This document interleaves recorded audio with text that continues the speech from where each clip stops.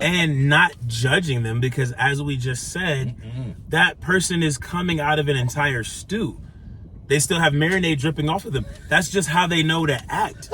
You know what I mean? Now again, we're adults. We're not saying there's no responsibility for human behavior, but I'm saying you're coming out of that. You don't know how to act yet. So again, that's why maybe you take the hit real quick. You're like, oh, I get that. That's bigger than you. You don't know how to act. I'm going to take this L real quick, but I'm also going to give you this healing and this freedom, and you bump up against it.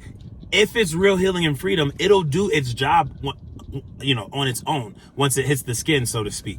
It'll do its own treatment. We just have to be strong enough to take that quick hit, take that quick L, and not get into that combative thing and blah, blah, blah, blah, blah, and understand, like, that's what they know at this point. Hopefully the residue will help them experience that healing. And maybe even duck out of the way every once in a while. For sure. I mean, you got to look out. Right? Some hits you don't want to take. And be careful not to step into the escalation energy. Escalation, like double E without the B. Escalation energy is you meet their energy with equal or greater energy, and then it escalates, and then that person's energy has to escalate, and then you're on this escalation escalator, which is like, come on, you can't be on an escalation escalator. Oh my God. I can't even say We're doing it. There's like triple E's in there.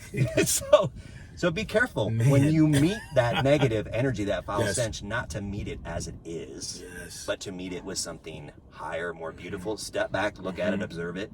Don't judge it. Don't get forceful with it, because force always creates counterforce. So be very careful on how you're interacting with that escalated energy, because you don't want to go up that escalator, because that's not going to lead you anywhere good. Come on now. Lots of wisdom in there.